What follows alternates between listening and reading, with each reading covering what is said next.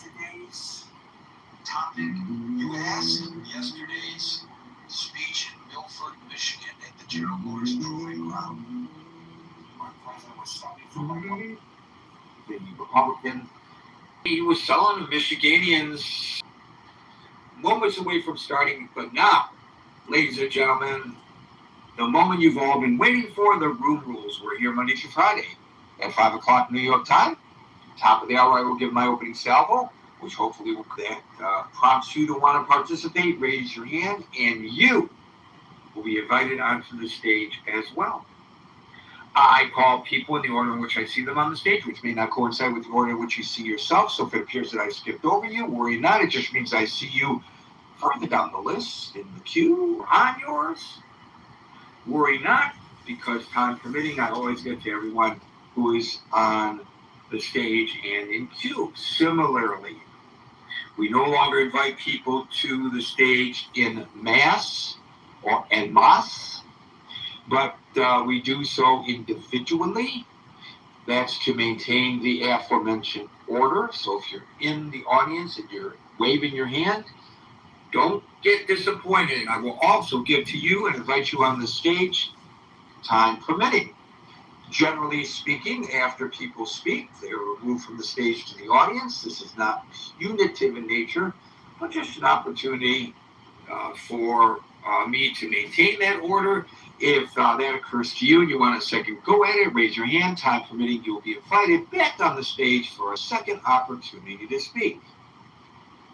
Unlike many of the other rooms on Clubhouse, in the Critical Thinking Forum, we speak one at a time. We do not interrupt one another, and we endeavor to treat each other with a degree of decorum and respect, even when we vehemently disagree. Question, it's just a dialogue. We're not trying to start a fight.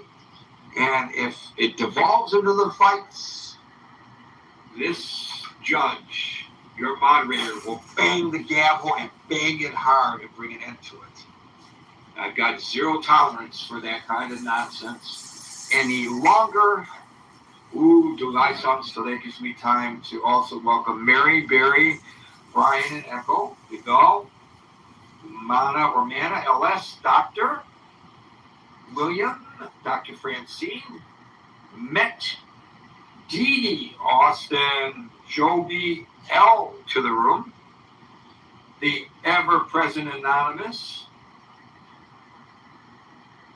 Hezbollah, Christy, and Vody, welcome to the room. Let's set a minute to go. Sneaks onto the stage just in the nick of time. Scott, welcome to the stage, Scott. Great to be here. Great. Oh, it's great to have you. Great to have you. Thanks, always. I'm running around, Gary. I've been busy all day, but when 5 o'clock comes, my ass belongs to the Critical Thinking Forum. So I'm in here, buddy. Well, I don't know about your ass, but we appreciate your voice and your brain. Philip, welcome to the room. Absolutely. Absolutely, buddy. And I might have to log out for a minute, and if I do, I'll log right back in. Okay, Monsef the Maestro, welcome to the room. Where is Trump's? Maybe somebody else here does. But if I were president of the United States, I don't know. And if I were Mike Rogers, the Republican senator, senatorial candidate in Michigan, industrial state Michigan, I don't know whether I'd really want the president to come in and hold a rally of all places, the General Motors Proving Grounds in Milford, Michigan, to talk about the economy. Doesn't that kind of backfire a little bit? Now, let me tell you why.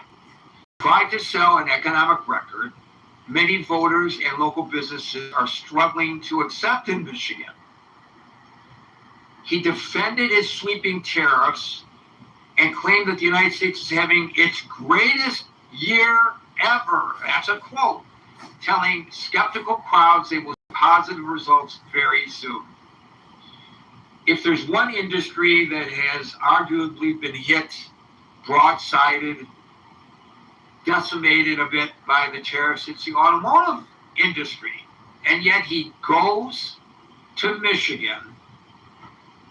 He tells people how great the tariffs are. I know because I'm from Michigan originally. I'm still taking great interest in what's happening there. So none of this comes as a surprise to me. As we all know, Michigan is a swing state. Now, for those who don't understand, and we've discussed it many times in the Critical Thinking Forum, we've even had guests on to discuss it.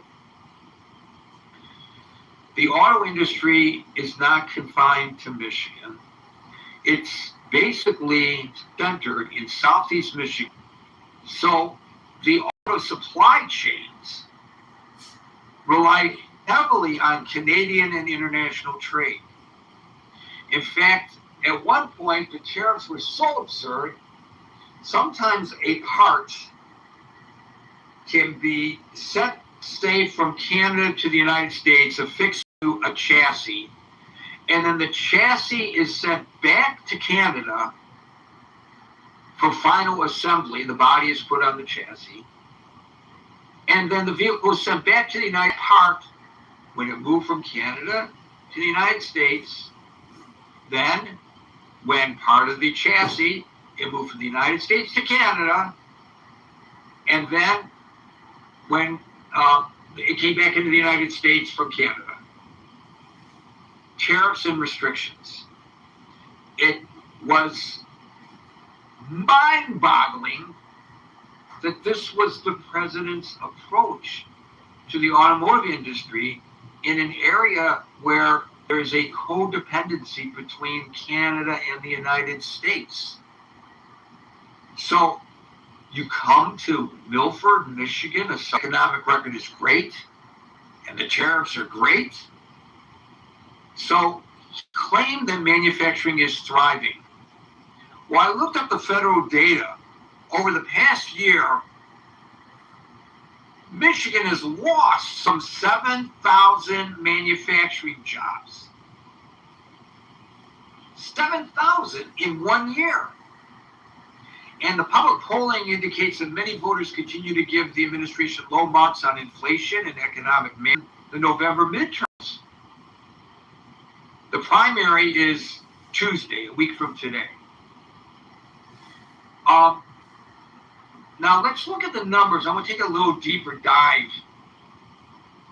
into the numbers, not just with regard to Michigan, but generally.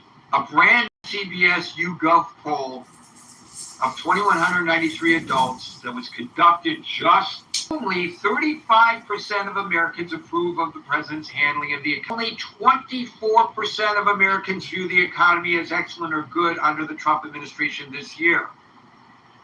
That's down 8 percentage points from July of last year, when 32% viewed the economy as good. Not great numbers then, but worse now. And by the way, That's according, if I'm allowed to call out this news organization, because apparently when I do on Facebook, I'm selling out a Fox News poll conducted July 17th through the 20th. All right, forget Fox News. How about the Pew Research Center? Everybody agrees the Pew Research Center is a great barometer in their polling and surveying. Pew finds that the economy remains top of mind for voters. 29% tell Pew that they want candidates in their home district to focus more on it than anything else this election cycle. More so than Iran, more so than Gaza, no, more so than free buses and Medicare for all. This is significant. So in my mind, I know I'm being redundant here, but I cannot for the life of me figure what were they thinking yesterday. News channels, some longer than others, in a state where the economy sucks right now, where the election can go either way. Nobody is counting their chickens in Michigan, I guarantee you that. And Michigan, Ohio, and Pennsylvania are really viewed as barometer states when it comes to national elections. It's not that as Michigan goes, so goes the nation all the time. But it seems to be that more often than not, these three states reflect, and they are both, all three of them, high electoral college states, which really doesn't matter in the midterms, I guess. But still, they're a good barometer of where we are today. What are they thinking? I don't get it, and I'm so glad we got Marshall here to start off our discussion. It's your party, Marshall. I don't know if you were in Michigan heading up the Mike Rogers campaign, would you have had the president come in and talk about how great the economy is? Knowing what I know about Michigan's unemployment, no, I wouldn't, because he doesn't have any answers to offer, only promises to give. And, promise isn't worth much. So I don't think I probably would have done that. I can see why, if the GOP strategist or the campaign manager thought they had Republicans that were going to stay home, and by Trump coming, it enthused the core base, which they're worried just won't turn out to vote. That could be a very energizing thing for the party base. But unless that's what you're worried about, you probably don't do that. I mean, he did talk about El Said, who is not the nominee yet for the Democrats and may not be the nominee for the Democrats. It would seem to me if he wants to scare the bejeebers out of voters, he would try to paint, he would go after the two Democratic nominees, and he would blast away at that, and he would give short shrift to the economy. He might not even mention the economy. To me, it's just seemingly not just counterintuitive, but counterproductive by the president and the Republican Party, because he's not going to come in if Mike Rogers doesn't want to come in. So I just don't get what they're thinking there, Marshall. Unless they're hopeful, it resonates with people when he says, don't worry, everything's going to get better. Everything's going to get better. Don't worry. Be happy. And, of course, I will add this caveat. Things could change dramatically between now and the midterm. We don't know where the economy is going to go. This war could end, and it might be, I don't see it, but I guess it's possible, and that could affect the midterms. But right now, the snapshot right now is not particularly optimistic for the Republicans. So why would you? The Democrats have an edge. Scott, you're going to have me by what, 1 or 2 percentage points on the generic? So if the election were held today, As Fox News poll, it was 7. 7%. Okay. It's the highest advantage a party has had at this stage. I would not have gone out and bragged about a economy that many Americans don't feel is working for them. Having knocked on a bunch of doors and having people tell me when I get to talk to them that the economy's a worry. I wouldn't be standing out there on a big old platform saying, "Yay, look at me! Look at how awesome the economy is," because there are a lot of it comes off as tone deaf. I think that's a great characterization. Tone deaf.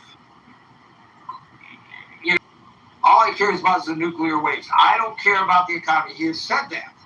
Well, that's pretty darn tone deaf to people who are struggling to make ends meet. Thank you, Marshall. We'll go to Scott, followed by David. Could use some more hands up today.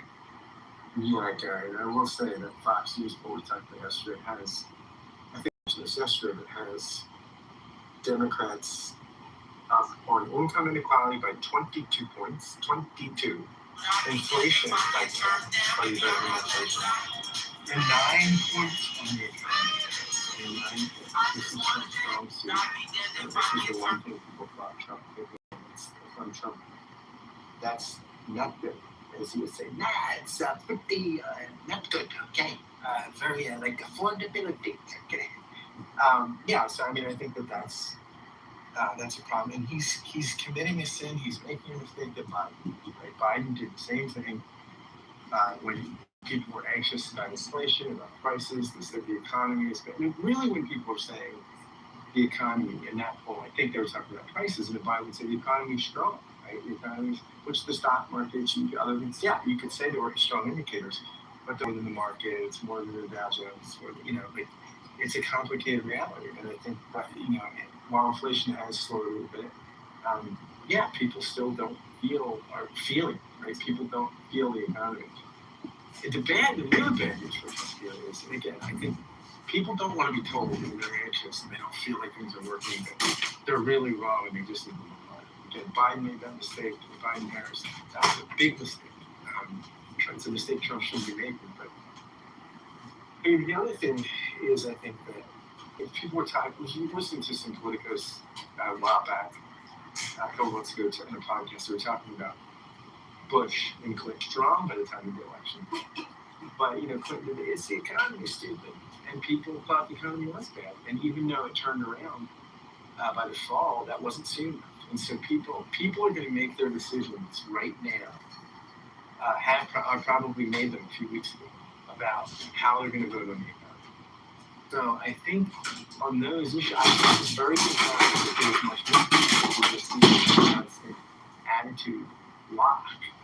I mean, people are right now at this point sort of rendering their judgment, and I don't think that's going to be flexible. So I don't think anything that happens in the fall is going to change that factor, how people view the economy and who they blame and look for. Thanks, Kim. That's all. Yeah, I think it was you yesterday that raised the question about whether the president is actually trying to lose the election, or is it at least a different to win? Right, which doesn't make sense. But that being said, he's acting as if he's trying to lose the midterm elections. I think the stakes are too high to lose. He has every incentive to fight for a Republican majority because, as we all know, a loss in November would derail the rest of his term.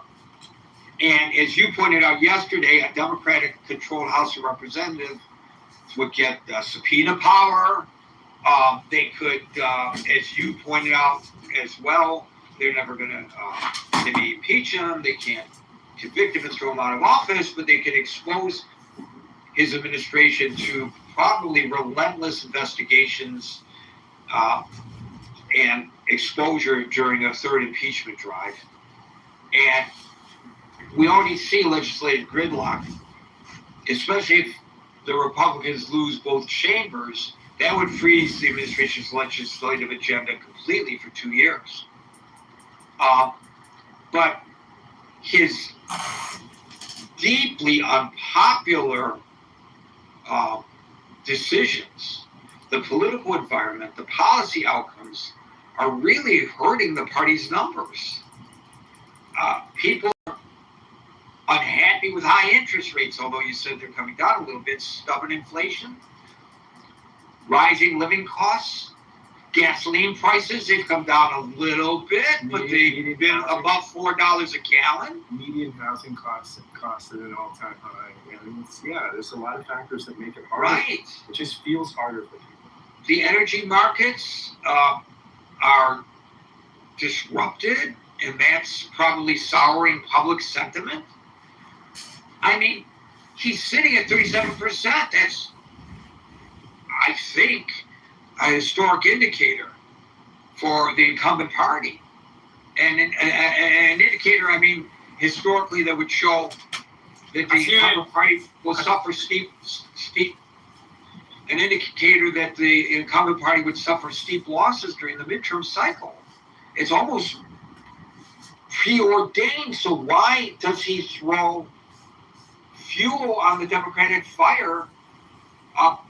That's the one thing the Democrats hit. I think the one issue the Democrats hold over him is the economy. And he makes a speech such as the one he did yesterday in Milford, Michigan. To me, it doesn't make sense. And I think that's what leads to people to speculate that maybe he wants to lose this election.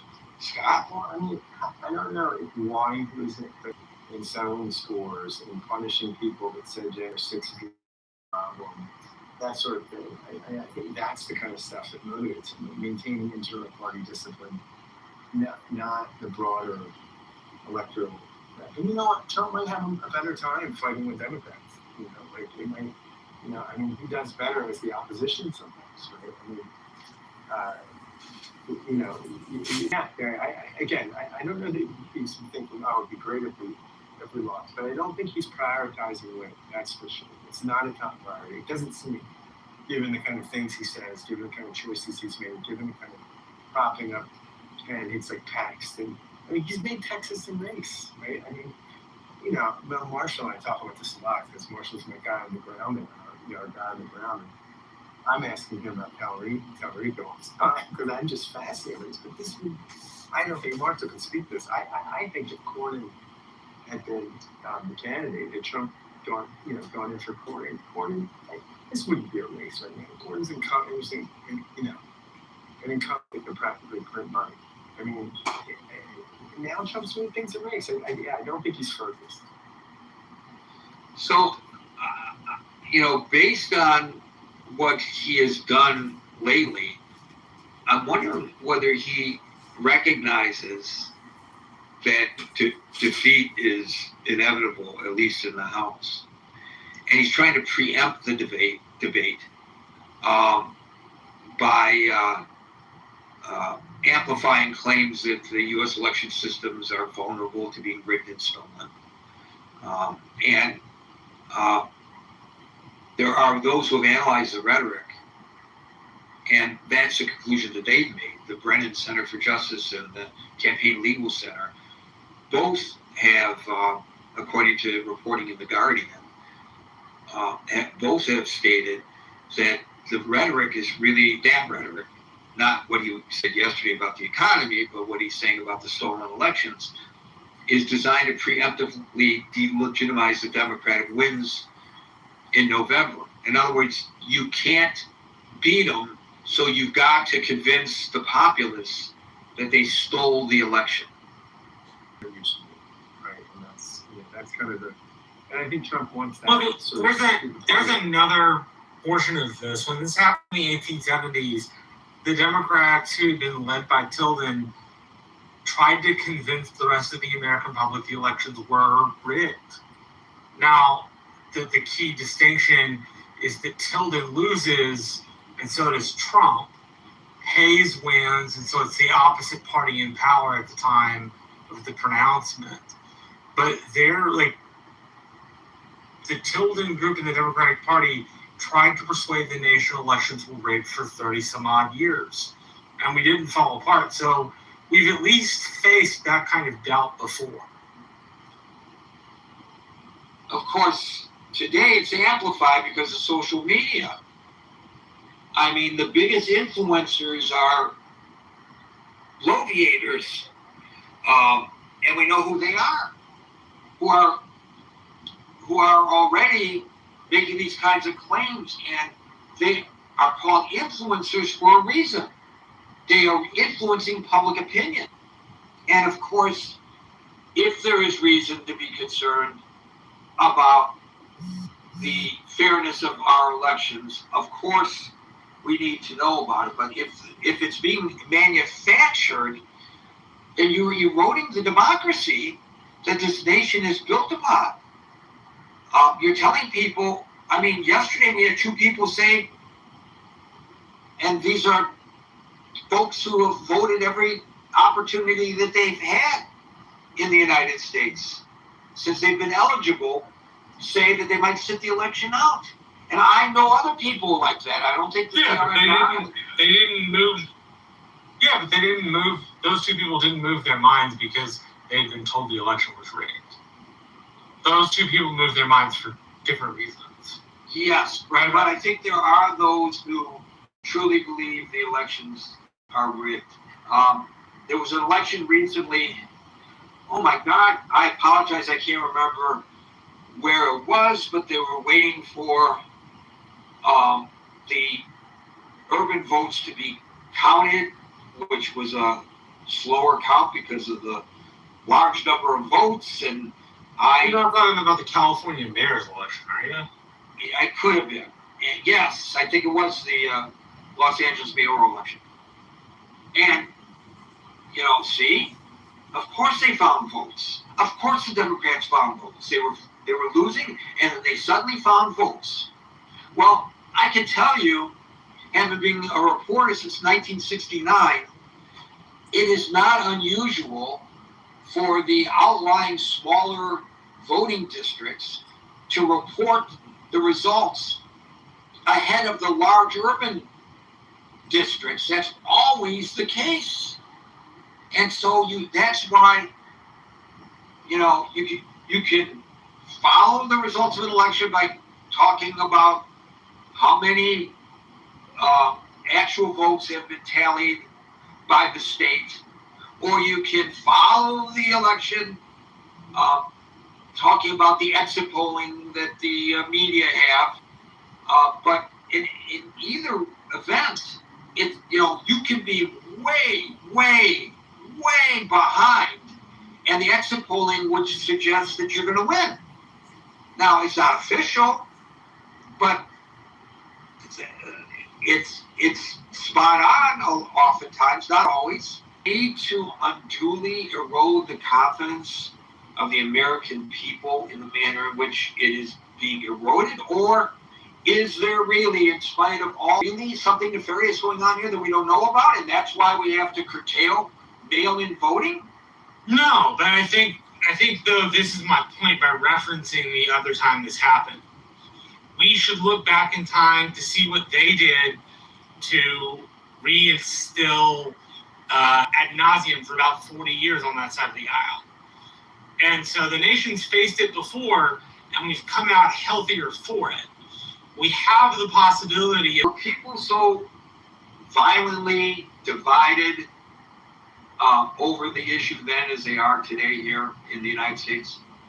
Yeah, it was literally... And breaking up relationships over it. It was literally 10 years after the Civil War had ended. The country still did not trust itself.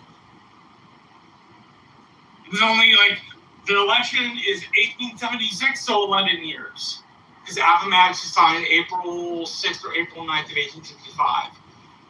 And they were more divided than we are now. The They had just spent maybe a single decade trying to patch friendships and family relationships and mend them, right? So one could argue the American polity, the American experiment was far more brittle in the 1870s than it is currently. Wait a minute, that was a schism over the attempt to create another country, break free from the United States of America. Yeah, no, I'm not disagreeing with you. I'm saying that certainly is a greater trauma than what we have faced currently. As a consequence, the greater trauma made us a bit more brittle when we put ourselves back together, right? It was not.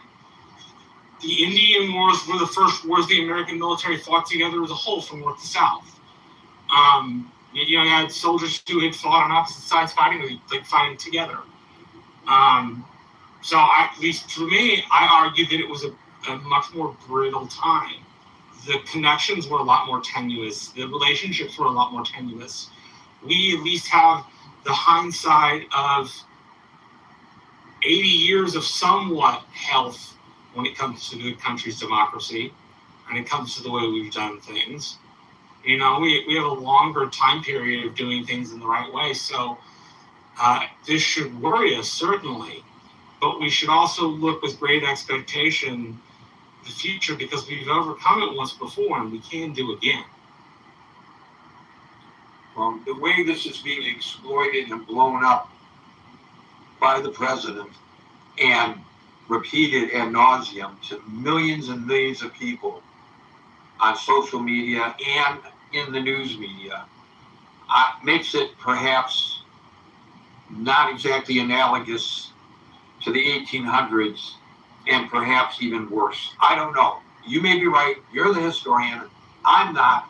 But my sense is that a president of the United States' job is to bring us all together and heal us, not cause division. Yeah, but Johnson wasn't a healer either.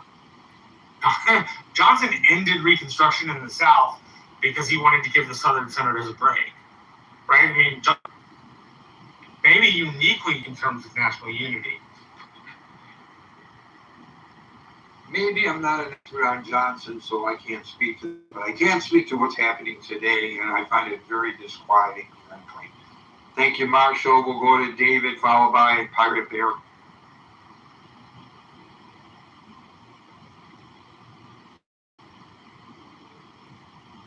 David, you with us? David. Okay, we'll go to Barry, followed by Prep. Yeah, man. Why people are Barry, followed by Prep. Barry, followed by Prep. One at a time. Barry? Thanks, Gary. Yeah, I didn't have much. I just first wanted to offer my condolences about Merrill.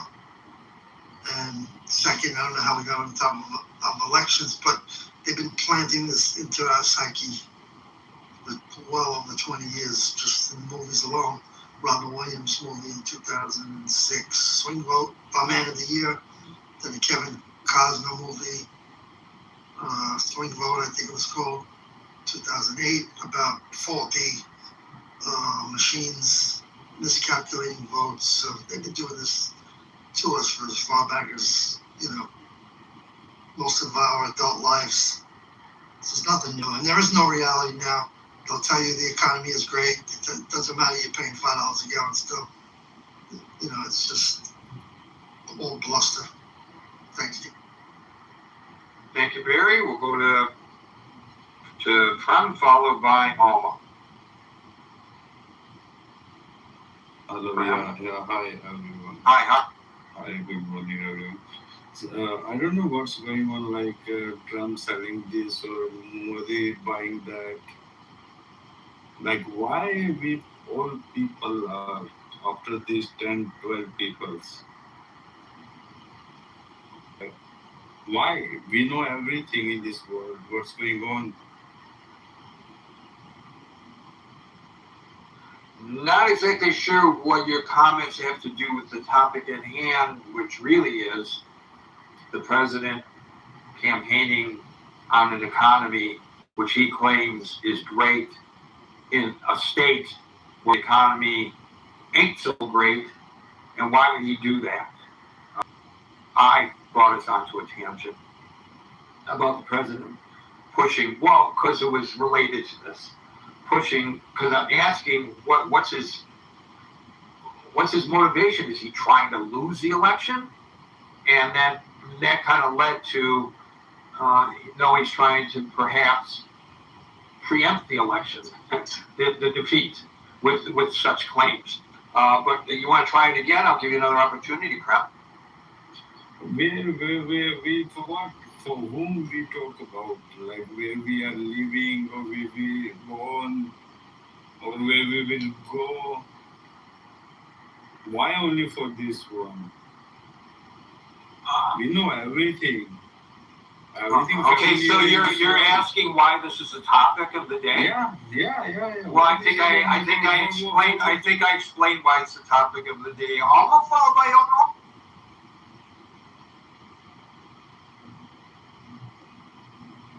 Alma.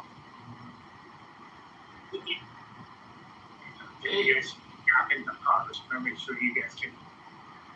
It's economy is doing very well, so he's going to campaign on that. And if people are struggling to make ends meet, and if gas is $5 a gallon, $4 in some places, I mean, you're doing pretty good anyway. So what's the problem? That's how he looks at it. So that's why you're never going to be able to get him to address the issue or address the reality as it is. And historically, the incumbent, like somebody mentioned earlier, the body in power is going to lose in the next. Now the question becomes, what if they don't do it? I mean, that's my biggest worry, to be honest, or my biggest concern, largely because the Democrats don't appear to have a plan. They have to put us in power so that he doesn't keep getting things worse. I don't think that's a legitimate or that's a plausible plan. People may end up voting for Trump out of fear of what the Democrats are, not what they're going to do, not what they're not going to do, which is they're not going to do anything. The country is way too big to have a political plan like this. The economy, we can't have people not know what they're doing in charge.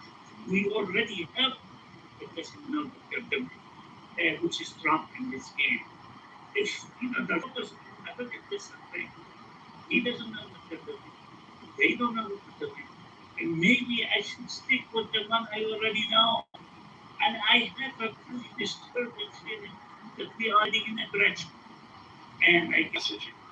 And I would agree with you, if that's your point, that the party has struggled to get a single, and it was always I forget who it was who said, I don't know if you're seeing the Democratic Party as a slogan, but I think there's been a relatively consistent messaging toward pocketbook issues, not abstract ideology. I think there's some popular, clear messaging on the immediate economic concerns, but I think there's also internal party division and the lack of a single national messenger for them. Who's the head of the party? We know who the Republican Party is. Is it Chuck Schumer? If it's Chuck Schumer, the Democrats are in big trouble. I actually predict that if Schumer can't deliver the Senate, he's out as Senate Minority Leader. That they ought to be voting him out, or they probably will be voting him out. There are internal party divisions. I pointed out on my social media today the problem that they have with a single fringe group called the Democratic Socialists of America, because the Republicans are grabbing. They are not an anomaly in the Democratic Party, but they are the future of the Democratic Party. And I actually asked a basic question. about that on my social media, and I just got torn apart by the liberals for asking the question because they were certain I had a hidden agenda designed to attack the Democrats, which, go back and read my words. This is your bias that you are trying to overlay on me. I speak pretty unambiguously, both there and here, about how I feel about things. I'm not right all the time. I'm not suggesting that people need to agree with me, but I really dislike it when people try to put words in my mouth. But I think that's an area where the Democrats, they don't have a good, clear message. But the one thing that they keep hammering, everybody I hear on the talk circuit, Alma is talking about an affordable America. Affordability, affordability, affordability. No matter what you ask a major Democratic politician, they're going to paint the Trump's inner circle with a brush of corruption. I'm not saying it's accurate. I'm saying that's what they're trying to do. And I think they're trying to, in less measure, capitalize on the president's unpopularity.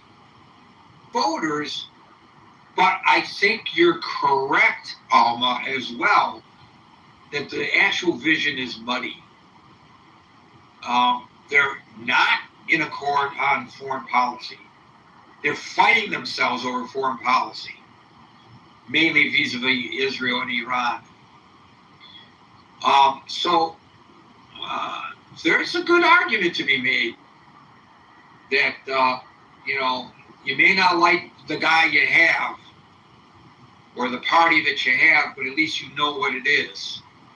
And if the Democrats are lagging in their ability to message, why would you take a chance with them when at least you know what you have with the Republicans? I don't know whether, if I were assessing it, I would adhere to that thought process, but I don't think, Alma, that you are alone.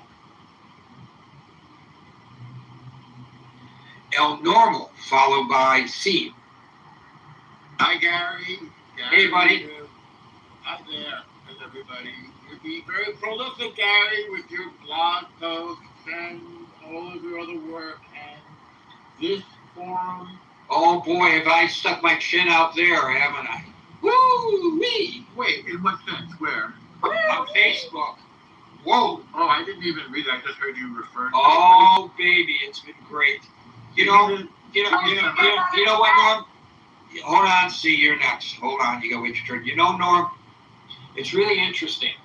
I quite often, when I post things on social media, I will say, the president says. If I do that, the liberals are going to attack me. How dare you just say the president says this, you're carrying his water. If I say Fox News reports, I no sooner posted something about a Washington Post report, and I got conservatives attacking me. You can't go by what the Washington Post says. I mean, so divided. I'm not a student of history to that degree, but all I can say is the way it is today, Can I quote you on that? Absolutely, if you can spell it. Oh, why? All right. Excellent little side note we're having here. So I have some funny journalist tricks that you just reminded me of. So I'm going to share it with you. The president insists. That's a harmless thing to say that obviously implies that he's full of baloney. Right, Gary? Yes, there are stories where the adjectives used are designed to create doubt in the mind of the reader about what a person is proposing. Absolutely. That's a verb, by the way. For the record, that's a verb. Now, Yeah, I mean, another verbs, and C, once again, you have to wait your turn. Do you understand English? Or is this a second language for you? Kick me out. You know I'm fine. Okay, I guess you want to be kicked off then. Okay, That's, one more. I appreciate it.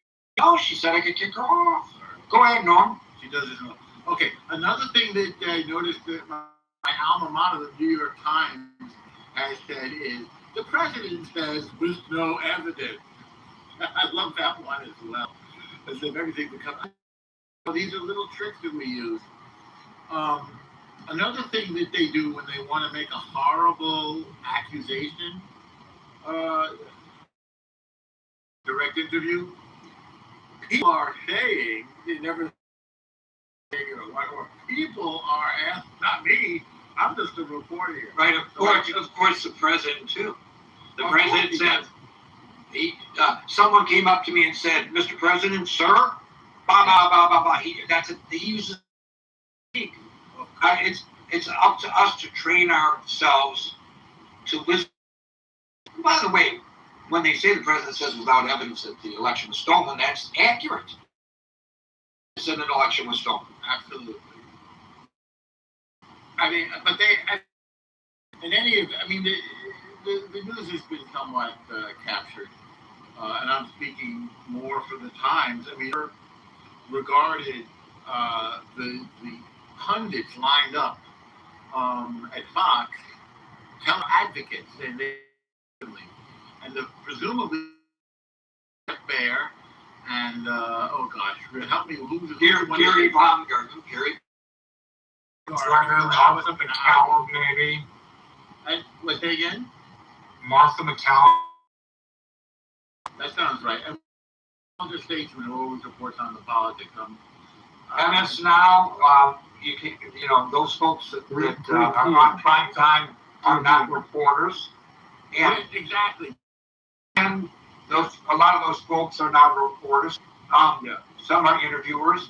Journalism is biased. We now have real journalism where people go out with their cell phones and do interviews. Well, 9 times out of 10, and that may be calling it short a little bit. It may be more than 90%. Of those folks that are doing this, unfortunately, they're advocates. They're not journalists. They're part of a movement. That's not objective journalism. You're trading. Basically by rejecting the old mainstream media as we have in mass, and a lot of it, as you point out accurately, is the fault of those of us who are purveyors of mainstream media. But we have jumped out of the pot and into the fire. This is not better, this is worse. All right, so I'll touch briefly. I guess we're a little bit early here. We don't have a lot of guys on the stage, but the guys who are left are very good. So I'll say a couple things. First of all, I can't figure out what the president is trying to sell with the economy. It makes no sense to me whatsoever. And I don't think it makes sense to anybody else. Now, I have a 30,000-foot view that what he's trying to do is create a trade surplus because he feels it's better if there's more money coming in than is going out. And he's trying to repatriate production. I think that's his idea. And if anybody wonders, I mean, Trump is well, I think you know this. He's a character. He's a troll. He's petty. He's petulant. I've said this stuff on the stage before. He is impulsive. He's erratic. All these things. And we voted for him in incredibly millions. And so people knew what they were getting because we've had him before. That said, he's been talking about the stuff that he's doing forever. We can go back to the early 80s when he said he wanted to take Karg Island from Iran. As soon as they took our hostages, he wanted a full intervention, and people mocked President Jimmy Carter, for failing in his operation to get the hostages out. He wanted to copy the Israelis who got our hostages out of Entebbe. And by the way, Bibi's brother, Yonatan, died in that raid.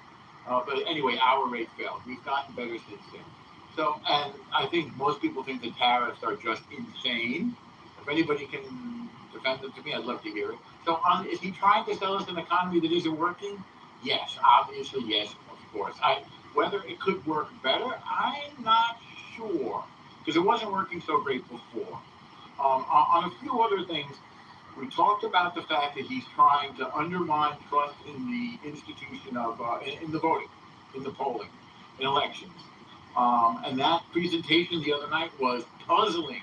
It was bizarre. Perhaps an attempt to get everybody to focus on, Chinese voter roll theft rather than on the war in Iran. That said, don't forget we had the Mueller investigation, and that was all about a charge that Trump had stolen or rigged or colluded in the 2016 election by joining forces with our enemies, the Russians. So, and that also served to undermine our institutions. Speaking for the Democratic Party, my party is that. Right, but we're not talking about Mueller. We're talking about Trump right now. And here, this is how absurd this is. They have wildfires in Canada. The smoke comes over the border. Open borders, baby. Open borders. They got over the border. ICE and Border Control couldn't stop them. The smoke came in. And what is the Trump saying? More tariffs on Canada because they're not managing their force. Well, guess what? Already Canada's goods trade surplus has expanded to do the same thing over and over and expect different results. That's insanity. By the way, he never said that. But that's another thing. But I get your point, and I take your point. And if you want me to say sign off on Trump is a little crazy, he of course he is. And I don't know where he's going with this. And I do expect him. Oh, in terms of the slogans that we should touch on, I was going to fill it in, but you said it for me. Look, Trump has "Make America Great Again." That's pretty darn good. And Democrats have affordability. Now, how can we make things more affordable? I don't know. I mean, I think we should have a room on Mamdani and the stuff he's doing with the city cooperative grocery stores, which, by the way, is something Khomeini did in 1980. Hint, hint. And, cooperative city community councils and so forth. And owners of homes and apartments whose places where they live are worth over $1 million. Not just people who are using pay to tear. He outed everybody. He put their names and addresses online. Even lefties like Cynthia Nixon are in that list, and members of the city council. So, again, there's another, the Democratic Socialist approach to the economy probably won't work, but affordability is a great slogan, even if it's meaningless. The Republicans are going to run on the Democrats are crazy and transgender, I predict. And, of course, our previous slogan from the Democratic Party, "No Kings," I think was a bit of a bust. So that's basically what I have, Garrett. And you are absolutely correct that Einstein never actually said or wrote the famous definition of insanity. The quote that's often attributed to him is insanity is doing the same thing over and over again and expecting different results. But that doesn't mean that it's wrong. Oh, no, that part I agree with. Thank you, El Norval. We'll go to David, followed by Gigi.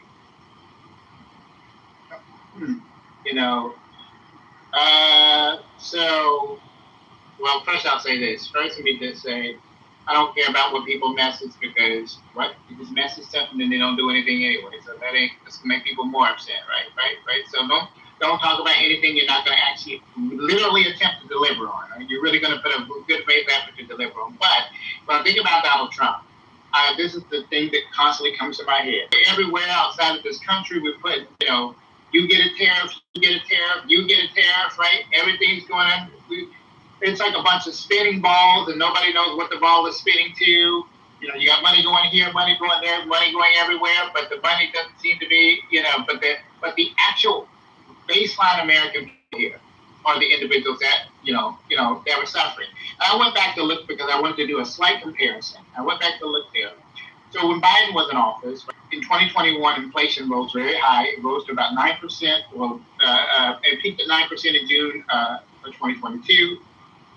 In response to that, the Federal Reserve raised interest rates aggressively. They made mortgage and affordability and really decrease in any sort of, in any sort of major way.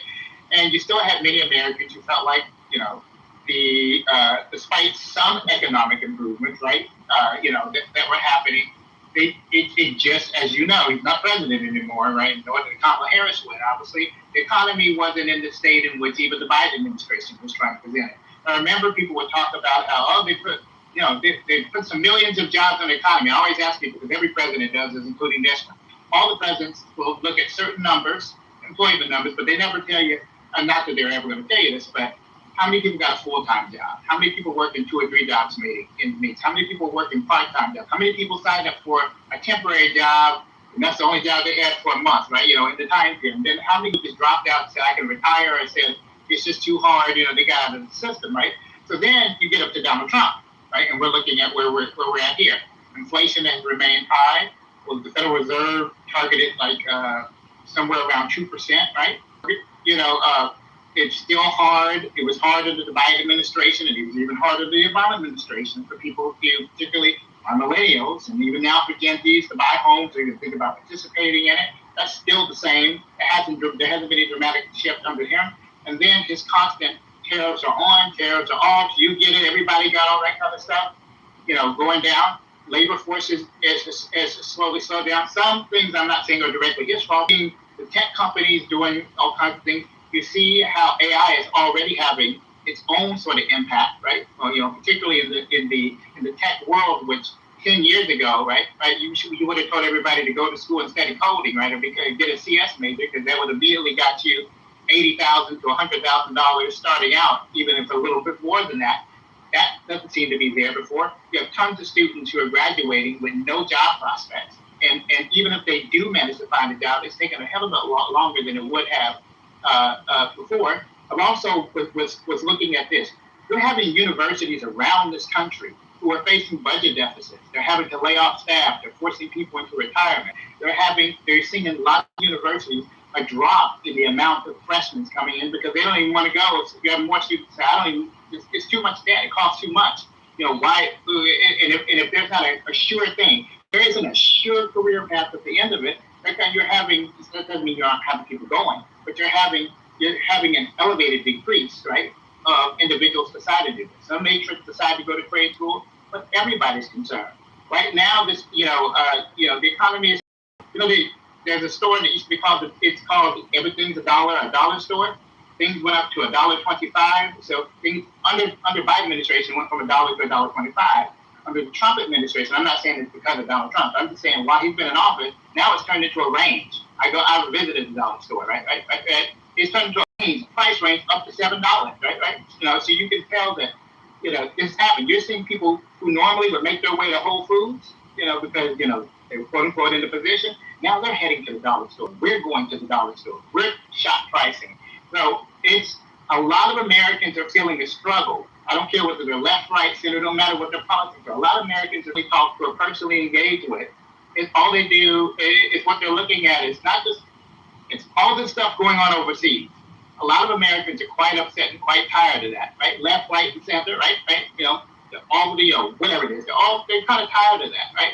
And they see the money, they see these bills, they see how much money they add and give more money here, you do more this, do more that, and they see these pundits or these individuals making arguments for why you should be engaging in this country or that country or doing that. But what they're seeing is that the material conditions in the United States for the average American, sure, there are some people, if you're already rich or you're already doing well or you already got it made, you're doing just fine. But for a lot more Americans, they're not just feeling the strain, they've been feeling it for years. The strain and stress now has been going on for quite a long time.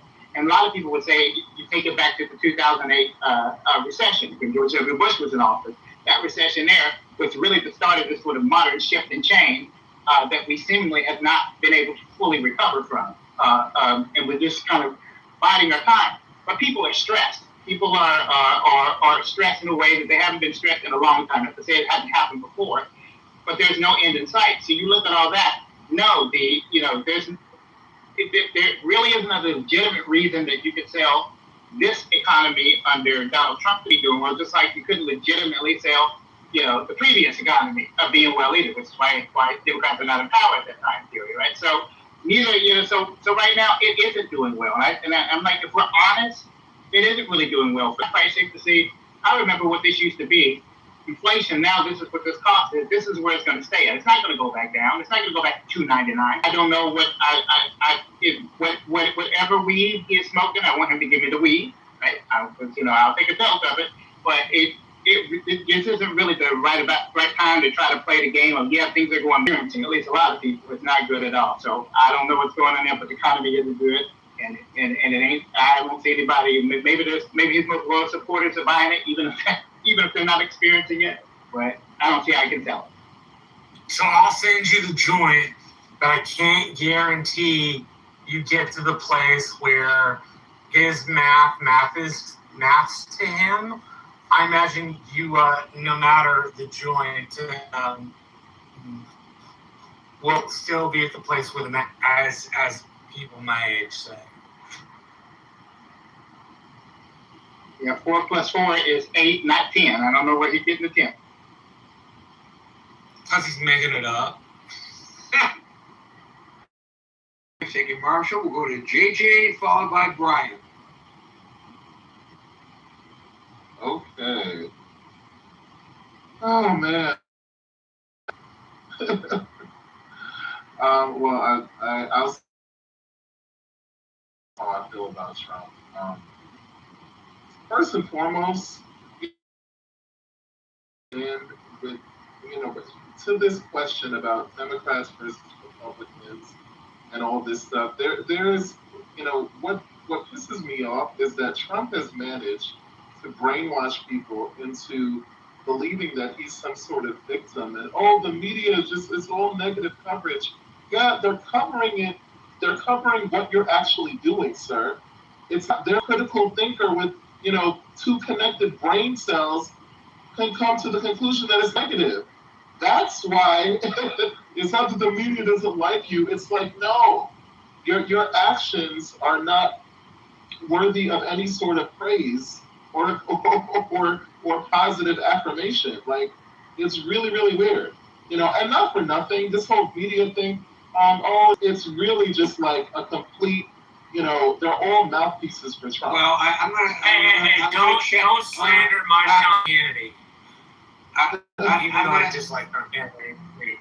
I'm gonna check you on this and ask you to please take the time, since you referred to yourself as a critical thinker, to recognize the difference between the Fox News bloviating personalities like Sean Hannity and Jesse Waters and Greg Gutfeld and Laura Ingraham, and the actual journeymen and journeywomen journalists who go out into the field and cover the stories, including one who lost appendages covering the war in... I'm talking about the pundits who, for the most part, get the majority of the airtime because they are pretty much... about Sean Hannity. Sean Hannity is the number 2.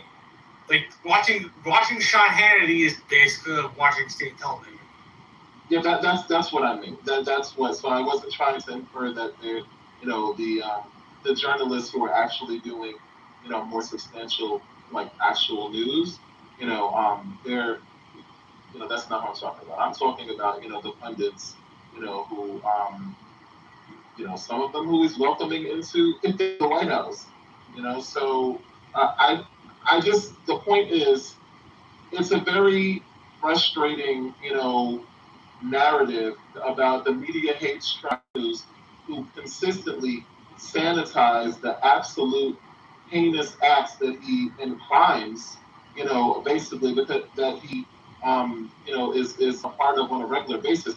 We're not normalizing, the president committing crimes. Like, that's pretty much what's going on a regular basis. Like, it's really weird. We look like America is corrupt now. We're like accepting them.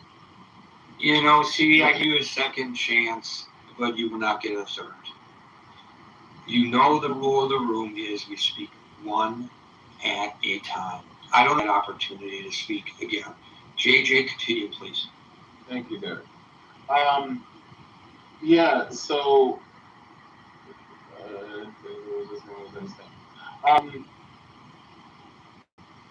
damn, I lost my train of thought. Right, which is another reason why people ought not to be interrupting folks how they like it if they were interrupted and lost their train of thought. I think that what we're looking at now, I'll just read one thing like this. I was gonna say what we're looking at now in terms of like why we I was saying that, the crime part. Yeah, so we're now normalizing, the president committing crimes on a regular basis. This latest grift, that I'm hearing about him wanting to sell high-speed data access to like marketing, to market moving true social posts, and basically paying people for information. Like this is insider trading, folks. Like this is literally what's going on. Like the president wants to have certain people, basically, not the majority of people, probably in this room or the majority of Americans, pay like $100,000 for inside information that only they would have access to, because basically he's already doing this with his friend circle, his team. So it's just another to enrich himself and his elitist friends. So it's just another example of the actually which is all the lower costs and and lower grocery prices and all of these things. That's the opposite of what's going on. He's the universal tariffs, the completely shit. Wait, I forget if I can. Can I cuss, Gary? I'm like, I don't want to disrespect it, but like just a complete like disrespect relationships with other countries. Beyond the tariffs. So we're not gonna get the best trade deals. You're creating anti-American sentiment, amongst our allies, and then allying with people who are supposed to be our adversaries. So it's very, upside down. Shout out to Stranger Things. That's the world that he is creating for us. So what we're talking about, why we would want to, kind of like the devil we know, and why we want to keep Trump versus the Democrats. Listen, I will say, as a Democrat, I will say this: the Democrats, like the Republicans, are definitely not perfect. But listen, people, we're not looking at we don't get perfect candidates. Like, this is an imperfect system. It's been imperfect from the very beginning, and even though it has progressed in certain ways, it still remains very, very flawed and imperfect. What we're looking at is who's going to give us the better results. And when we look at the Democrat, by the way, when he's literally asked the question about how Americans are feeling in terms of prices, he literally says, "I don't care.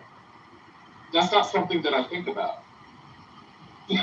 That's our president, So, what you call it? At least the Democrats, which by the way they have, even though Chuck Schumer, in my opinion, needs to like retire, I think we need term limits and stuff, on a lot of these positions.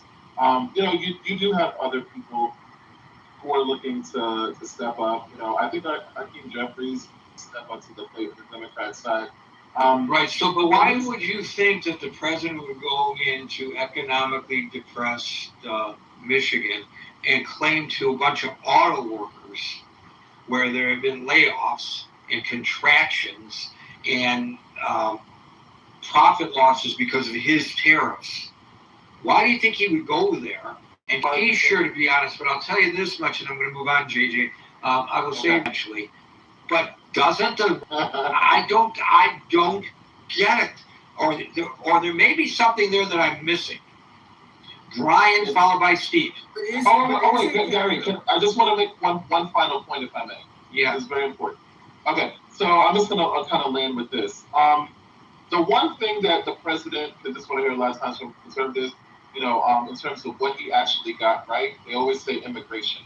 What we fail to realize, because this doesn't get talked about enough, I want to make this point, with the immigration and undocumented immigrants. Oh, we got to get all the illegals out and everything.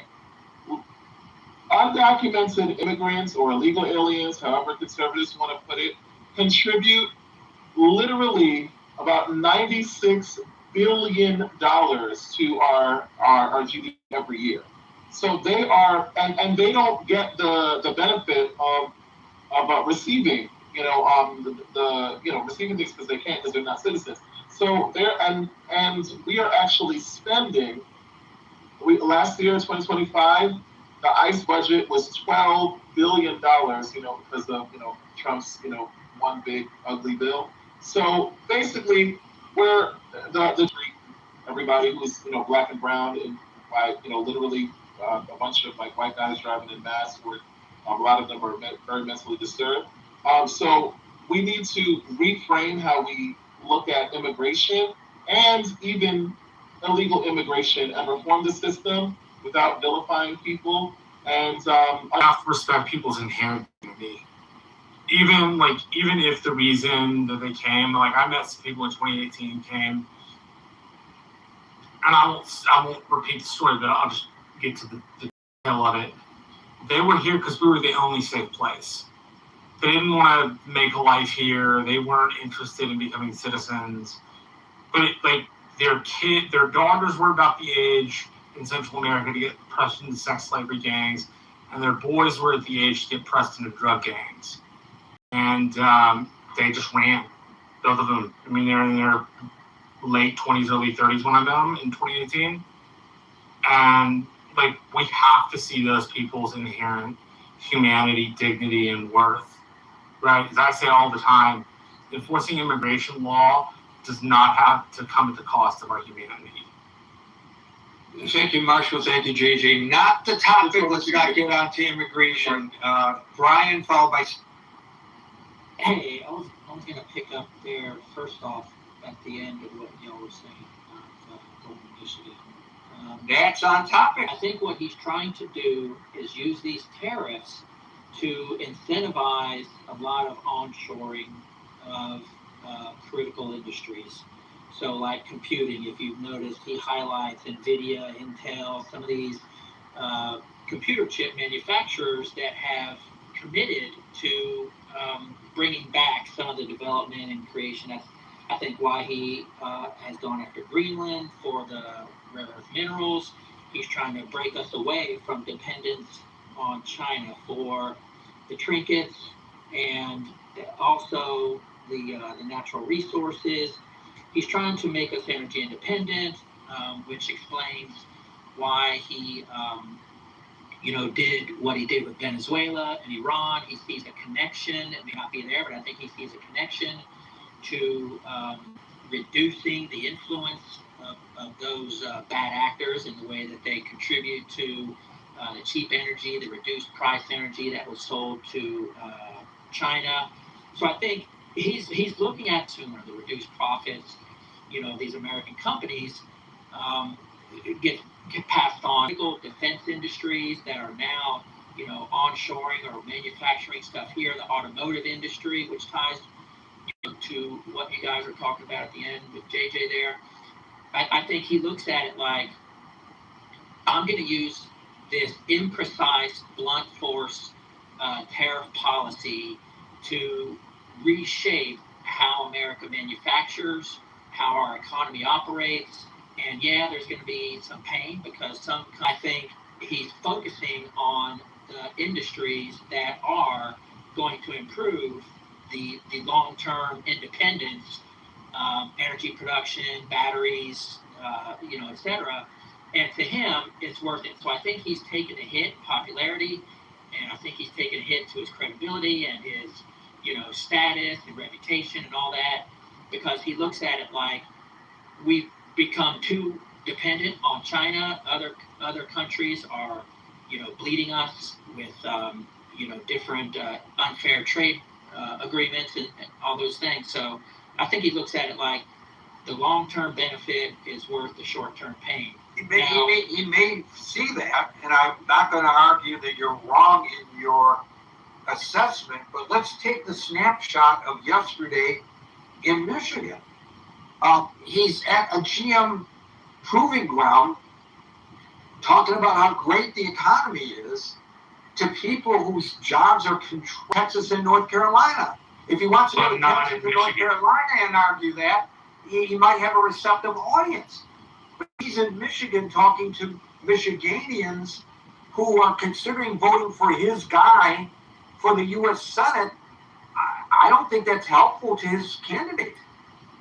I think he looks at it like the automotive industry, gets a lot of their stuff from foreigners, and by placing tariffs on those industries and foreign train, those logistics trail, auto parts manufacturers to reshore those products. So right, I think but in the last year, the number of manufacturing. But in the last year, the number of manufacturing jobs decreased. I forget the number that I quoted earlier. I'm going to say 1,200. It's either 12 or 14. Let's go to the smaller figure. 1,200 manufacturing jobs decreased in Michigan over the past year. So how can you say that was his message yesterday, standing next to a guy who's trying to become a U.S. senator in a swing state while both parties are fighting tooth and nail for control of the Senate? I agree with that assessment or that takeaway. I think he's doing a bad job of explaining it. So, I mean, he has said these things, and other people, advocates or surrogates, have said it on his behalf. I don't think he's come right out and said, I'm willing to endure short-term pain for the long-term benefit of reshoring and revitalizing, some of these key industries. But I think that's what's happening. He's doing this broad brush, broad policy rewarding certain industries, and he's trying to coach certain industries because tariffs like he's playing checkers. He just randomly wakes up one day and is like, I'm going to part of the world. No, that part of the world. No, I'm going to tear the other part of the world. It does look chaotic, I agree. But when you're tariffing again, additionally, Canada over the smoke from the wildfires. Exactly. What the hell is that? It's Trump being the petty person that he is. Nobody ever accused Trump of being a big person. He's not. Trump is a small. He may be the president of the United States, the most important person in the world. I mean, we've heard from people close to Kim Jong-un and others around the world. Kim Jong-un was scared shitless when he talked about Little Rocket Man and My Button Works and all this stuff. They were like, this is not how, politicians in the United, this is not how the U.S. president works. This is not how previous presidents Right, that's absolutely true. That's absolutely true. The uncertainty, but doesn't really chaotic nature of his style, and the pettiness that you're accurately gives people notice. It gives people warning that, hey, if we do these things that are anti-American or what he perceives as anti-American policies and restrictive or punitive measures against us. One thing if this were just in foreign policy. I think I can almost deal with his pettiness in foreign policy. I'm saying it's the domestic side of his pettiness that I can't take. The fact that he had to go on an unhinged rant about the press at the correspondence dinner, where all you're supposed to do is show up, laugh a little bit, and shut your mouth, and thank the press for another wonderful year. That's all you're supposed to do. Well, every president prior to him had a speechwriter who made jokes where he poked fun at himself. Right. If you look at the way Trump operates, he if you see him on stage or in front of the camera, if you follow him closely enough, you realize that that's not the way he operates in person and off camera. I know he has a totally different personality off camera. Right. He's clearly weaponizing these camera-ready tactics to create an effect. He tries to bully people. He tries to intimidate people. He tries to use this petty, thin-skinned veneer to get people to back off, to think twice, to not do these things, to not challenge him, because he realizes he doesn't have time to screw around. He doesn't have time to implement a precise scalpel-like approach with tariffs or other trade agreements. The president just doesn't have that much time. No, I'll give you that, but I'll give you an area domestically where it's really hurt him. The Save America Act. He wants that thing passed. The fact that he is so petty, with people who are moderate, that are unwilling to look past their own offense.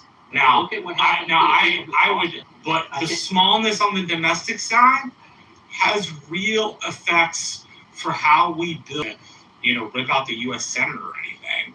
But I am saying, those kind of moderate Democrats in districts that are a little swingy, right? Like those are the people you want to work for. And the smallness makes that work a little harder in Congress. Well, it's a double-edged sword. I think he clears out the people. You're either for him, you're either with him or against him. So people like Tom Tillis and others who, are willing to stand up to him and delay and, push back openly with votes, he's going after you. So this brings out let's say the true nature of people like Tom Tillis, who end up getting primaried, who end up, getting forced to retire. So he clears the bench. He doesn't wait around for like he did in his first term. I think he was, realizing I screwed up my first term. I was way too tolerant. I was way too patient. I let people snooker. Okay, so I'll grant you that being in the majority. I'm not screwing around. Yeah, so I'll grant you being in the majority could look a whole lot more like Lindsey Graham and a whole lot less like Tom Tillis. Right, like Lindsey Graham was a foundationally institutionalist heart, believed that you should work with the American president in the legislature to accomplish their goals. Granted, like if Trump does or says something particularly like out of whack, I do expect people to stand up and go, no, that's nuts. We're not doing that. You can have everything else, but you can't have that. Right? I expect people to hop to and say that kind of stuff, and I imagine they get so doing in private. I'm just saying he knows what he's doing when he goes on camera and acts like an asshole. He does it on purpose. He targets the enemies that he perceives to be against his agenda. Yeah, I know, but that's stretching the imagination. Perceived Trump but that's not resonating with the voters. And I think probably the answer to that question is yes, at least in Michigan, that's for sure. Thank you, Brian. We're going to move on to Steve, followed by Agent. Thank you. Yeah, let me kind of dovetail on what Brian was saying there. For years, so you got a rich history of the machinations of the automobile. We can go. I don't think that is germane to the. Well, I think it actually is. I think it actually is. No, actually it is not, because the president came in, this president, at this time, during this specific economic situation, and claimed to the people there that the economy is great, and they know it's not great. And so why would you want campaigning for me? Yeah, take a look around Michigan. Take a look at the number of manufactured jobs that was here in the 70s. Take a look at what's here now. Take a look at how many manufacturing jobs has moved to Mexico. And why did that happen? Because we had a trade policy that allowed foreign countries and to decimate the United States. And if I'm Trump, I'm telling them this. Hey, look, this is going to take a little correction time. This didn't occur in 10 years. It didn't occur in 20 years. This is something that's been eroding at your manufacturing base here in Michigan for the last 50 years. Now, yes, there is an art to this, but no, you cannot expect to allow companies to come in here like we allowed in steel, like we've allowed in so many industries across this country, come in here and dump products below manufacturing costs for the benefit of market share and decimate companies and say with a straight face that we're going to follow this model and somehow it's going to be beneficial. I can give you this right here. I know people in the area that I live in right now that are struggling to find jobs that they have to have assistants to even live. When I was 18 years old, me and the guy was sitting around one night and we decided we're going to go look for work.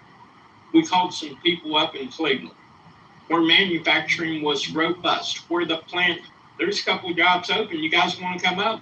Yeah, we'll come up. We left on a Friday.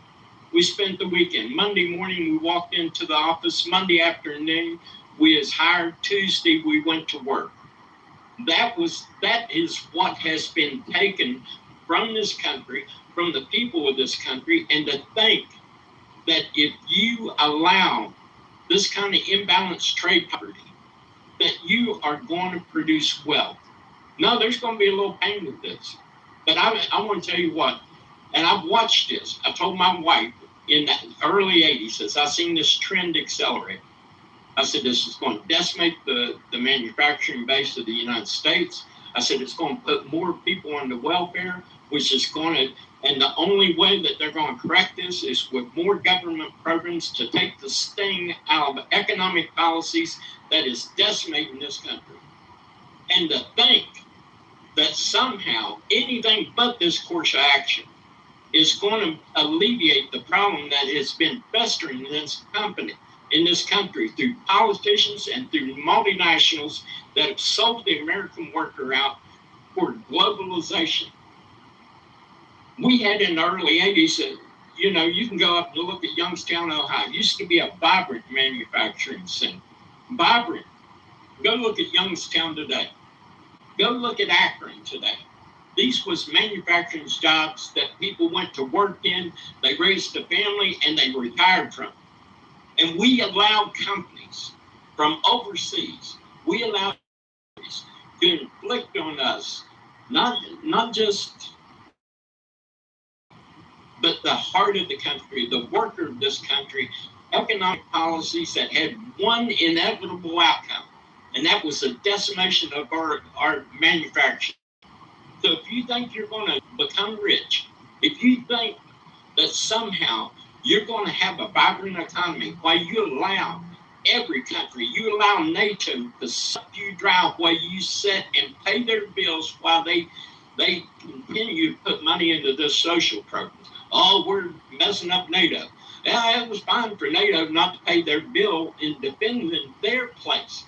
He was having his jobs taken from him to subsidize the programs that was going for welfare and social programs in Europe. If you think that you can operate as a country to have everybody on the face of this earth flam-flamming you, allowing anybody you want to waltz through your southern border, allow those persons to come into your country. My brother, God, what does this have to do, Steve, respectfully, with the topic at hand? The question is the president's claim, he's trying to sell the economy to the American people, is it resonating with the American people? No, You're talking about not in a superficial kind of way. In a superficial kind of way. Yeah, in a superficial kind of way, and I'll elaborate on that. Because if anyone would think through these problems, if anyone has lived through these problems, higher unemployment is going to lead to lower take-home pay for the average worker. It's going to lead to more social Detroit that you got sold out, and the multinationals went down there to get cheap labor. Well, we're going to stop that, and they're going to have to come back here and make them. And you're going to have a job, and you're going to be able to feed your family. So yeah, this arc may be slow, but this is the only arc that is going to save us. And if anyone can't see this, anyone that's lived through this since the late 70s and has watched this, and there's a town here, none, not one factory. That town that went from a vibrant, prosperous town to it looks like it's starting to look at the portions of it starting to look almost third world. Well, how did that happen? How it happened was those manufacturers was put out of business. The people that was working there, that was investing in the community, are no longer able to hold a good job. So you guys can call these a good job that was feeding his family, and politicians and multinationals that allowed a foreign company to come in here, dump steel under cost, and bankrupt that company and send all those men home and leave their family out on the street. Now, if that's what you want, that's what you'll get. But if you're not willing to bite the bullet and tell it, we will stand our ground. We're going to have a manufacturing base. And if you don't sell at competitive, if you think you can come in here and dump in our market, drive our companies out of business, and we're going to stand back and take it, you're wrong. And he's the only one that's had the nerve to stand up and say this in the last 50 years, and I get sick of this. Okay. You know what it sounds like to me? It sounds so much like P. Long's low papa higher and high papa lower. Not the content, Steve, but the energy of the speech. That's what it reminds me of. And he was attractive because he spoke to people's angst in Louisiana. I mean, he was corrupt as all get out, but Louisiana had 25 miles of paved roads before he became governor and 300 and some odd miles after he became governor. And I asked the Republicans, other than one wants to skin you from the neck down and one wants to skin you from the feet up. I don't know anything about that. But I do know. Go ahead, Gary, I'm sorry. But I do know it was a very eloquent argument, a historical, economic situation in the United States in recent years that does not address the question of the room. Why would the president go to Michigan, where they are losing manufacturing jobs, where the tariffs are hurting the economy, the great the economy is, campaigning for Mike Rogers, who's running for the U.S. Senate, when with the people of Michigan? And so what he is doing detracts from the campaign of the Republican candidate. Why would he do that? Let me address that real quick, Gary. I'm sitting on my front porch right now. I'm looking at some tomatoes that are ripening. Very good. Can't get this kind of flavor in the store. It was grown locally. When I planted those tomato plants, there was nothing on the vine. If I would tell someone, hey, there's a tomato plant, you're going to enjoy it out there. Am I lying to them? Or am I pointing out the fact that the foundation, But you told them that the economy is great. He says it's great. It's going to get in there. It's going to get better. Well, but that would be the thing. If some, to me, we need food, and I'd say, would I be lying when we can go back and look at the tomato plant? All right. If nothing, there's a founding leg to add to this, which I've looked at some of the research papers for this on the right hand side, and they pull from something known as the Infant Industry Program, run by Hamilton, and it's this program. And so some of the thought process is built on founding tariff regime put in place by Alexander Hamilton. That's kind of how it was put together in this book anyway. I think that's what he was kind of getting at. So maybe that's just saying no. Yeah, I think Steve's capable. I think Steve. I'll grant he was being a little bombastic, but if people cannot look on the time that I described, and some people, I know what happened, I know why it happened. But do you think that was European, right? You want to see the Republicans maintain control of the Senate. Do you think it was a wise move for the president to do what he did yesterday? Do you think it was helpful to the desire to gain the Republican in the Senate? Well, no, I don't. In the way you articulate, what he should have said, it's like I referred to tomato plants. The plant's in on the ground. It's going to yield fruit. You got to wait for the fruit to come on the vine. The plan is in place. If you're unhappy with the amount of people you got manufacturing today, wait just a second. We're going to bring those jobs back from Mexico. We're going to have a more robust economic system in place to where over a period of time, it may not be while I'm in office, but the foundation's laid, the walls are ready to go up, the roof is ready to go on. You will reclaim your rightful spot as a car manufacturing center of the world. That's how I would put it.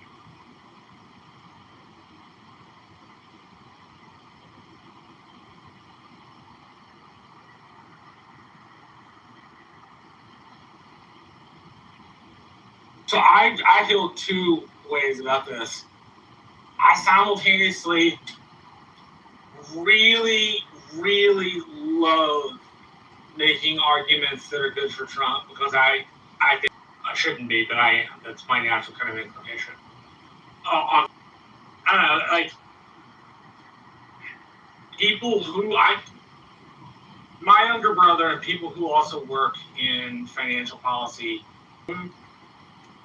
and maybe this is because it wasn't explained, was like watching somebody play with toys who was financially illiterate.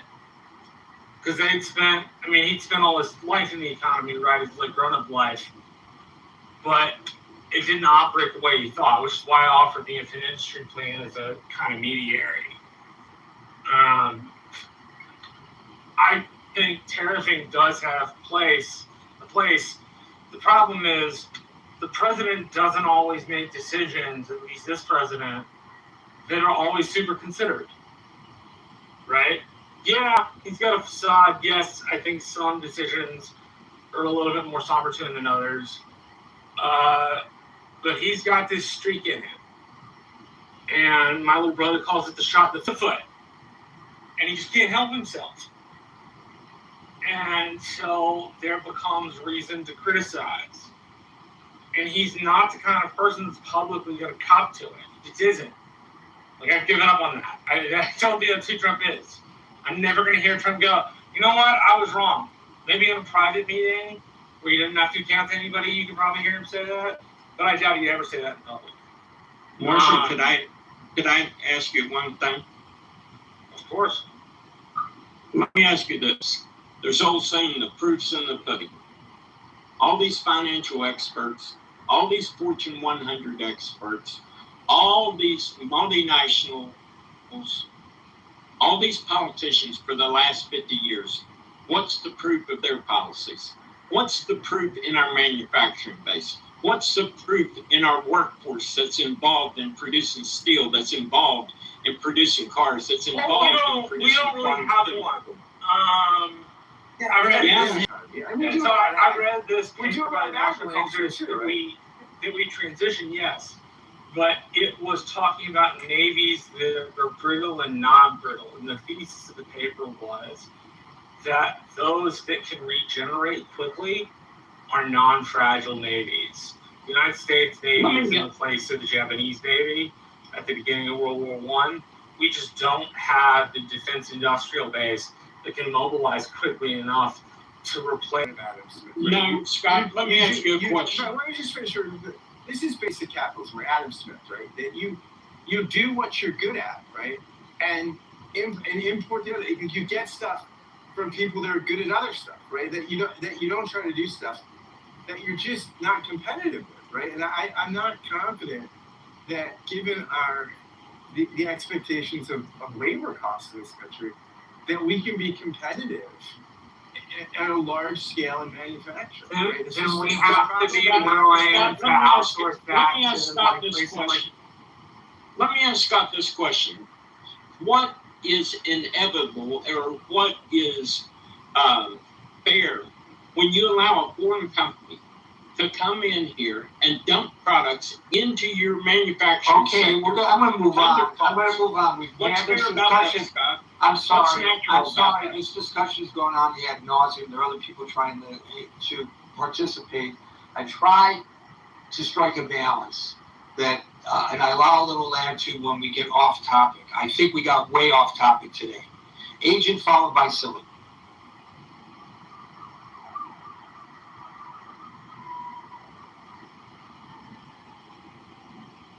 Agent.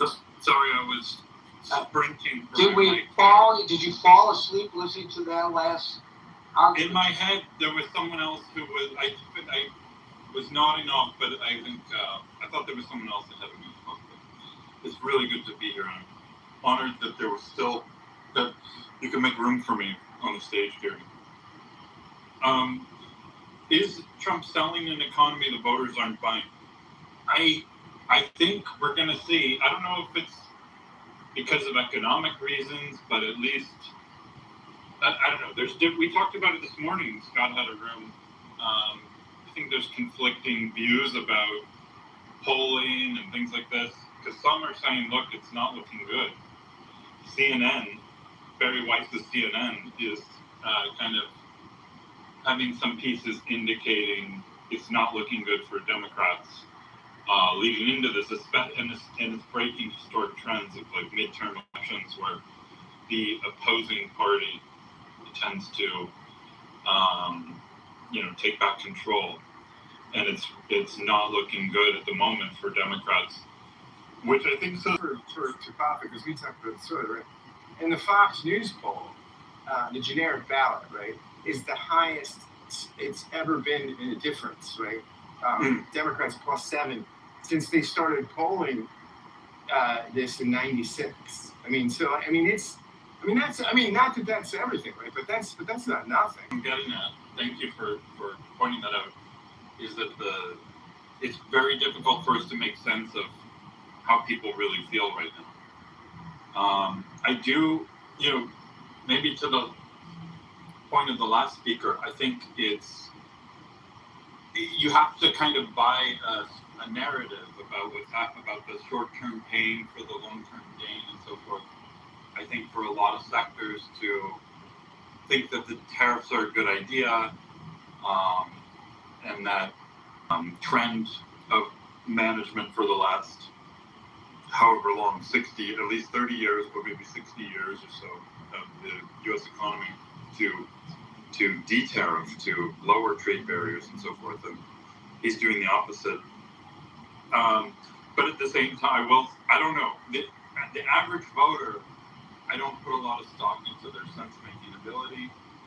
I think a lot of the time they're just going on vibes, and then do they think if they are materially improve their lives more than the side currently in power, or has the side currently in power done something horrific that they're trying to punish? I think that the war is maybe the biggest thing Trump has done that's disruptive in that way, and I think it is unpopular. For sure, you poll people, they're like, no, we don't want to be at war. But it's not causing the level of outrage or anger that I think even the war in Iraq caused. And even that took a little while for people to actually really decide they didn't like it, because they were pretty gung-ho at first. So, I'm not sure, Gary, if it's gonna. I think there's a decent chance the Republicans maintain control, and then that's really your answer. So, thank you. Thank you, Agent Silly. And if time permits, we'll go back to Alma. Silly? Hi, hello everyone. So on the topic of Trump selling an economy, I find myself feeling some empathy for him, because there's not much of an economy to sell. It's about 6 AI companies trading amongst themselves, and everyone just has to make memes about how they're unemployed. But within the economy that Trump is trying to sell, Trump himself is an economy. He's selling phones, he's selling Bitcoin, he's selling gold citizenship. He is trying to sell an economy. It's just not the US economy, it's his own. And it's a complete and total Vasta Ganahaya. And he continues to lash out at the What does that mean? You gotta explain that to an American audience. What's that mean? It's nothing. It doesn't mean anything. It's fine. He just continues to lash out at the White House Correspondents' Dinner as well. The one, and it was more of a disaster than the one that got shot up, really. And these strange behaviors, to me, are indicative of his inability to recontextualize a stagnant economy.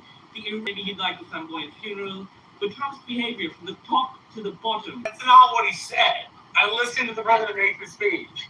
That's not at all. Okay, I watched it. Sorry. I'm just saying that what I mean about Trump's inability to sell this economy is he's lost his ability to really sell anything. The other day, he said the Islamic Republic of he couldn't. How is this man supposed to sell economy that already is in grave? So what he's doing to the Republican Party as a whole in these upcoming midterm elections and the disgrace he showed at Lindsey Graham's funeral, I think is unforgivable. Well, I can't speak to Graham's funeral because I did not see it. That's He didn't say but- anything disgraceful. I listened to it with my own ears. Thank you. I'll back. Strange. Well, I mean, I listened to you guys since the last time I was up here in Britain, and I, on top of what I said earlier, I have to say that feel free to laugh, but you know, it's not. You know, there used to be this whole saying: "It's the economy stupid," which I'm sure you've all heard. I'm gonna say now, it's not the economy, and here's why. We live in different places in different times. And like I said earlier, Trump goes by the stock market. He goes by somebody tells him he's not going to figure this out on his own. Somebody is going to tell him that there are a lot more billionaires now because of their 401k. Anybody who has a 401k should be doing pretty good because Tide will lift all boats. And you know, you factor in also the real estate, the equity in homes. Now that homes are averaging maybe, I don't know, 400 grand, when it used to be 150, 170 at one point, trying to appease, they on paper at least, they look like they're doing pretty well. Never mind that most people are struggling to make a mortgage payment or a car payment or the affordability issue. So that gets, I continue to vote for him because he is perceived by a fairly large portion, and a lot of people overseas, as he is the protector, the last guard at the gate of what we used to perceive as normal. Remember, this is a 50s guy. He came of age. Things were very different back then. And a lot of people, when they talk about the good old days, or wrongly, they long back to the 50s.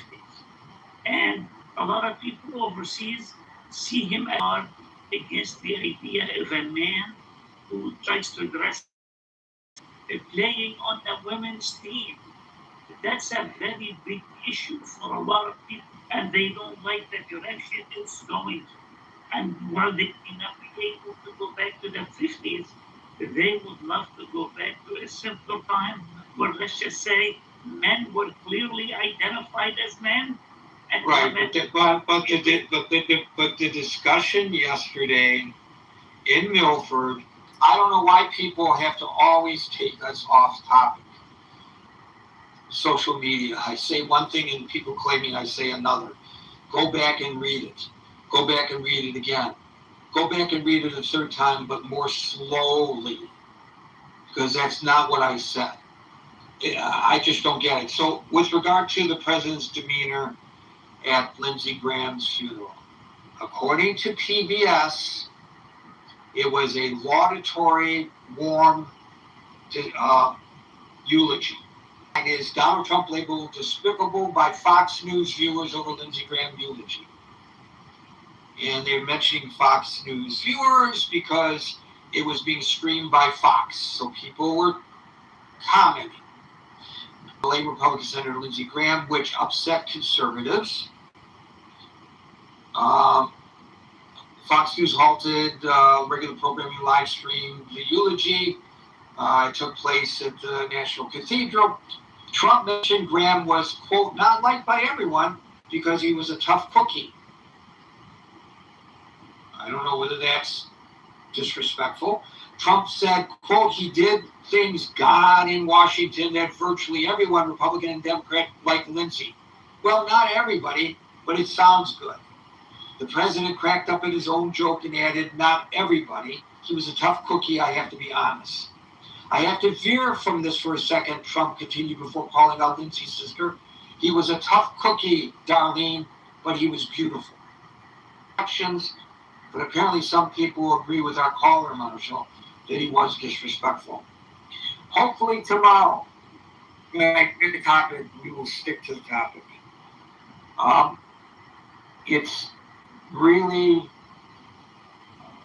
wearying when you start or you end your day at the start of everybody else's day, battling people who are deliberately misrepresenting what you have typed in social media, and then bookend it with people who come on and talk about things and I want not to because it's really bothering me. And so maybe I need to wield a heavy gavel in that regard as well.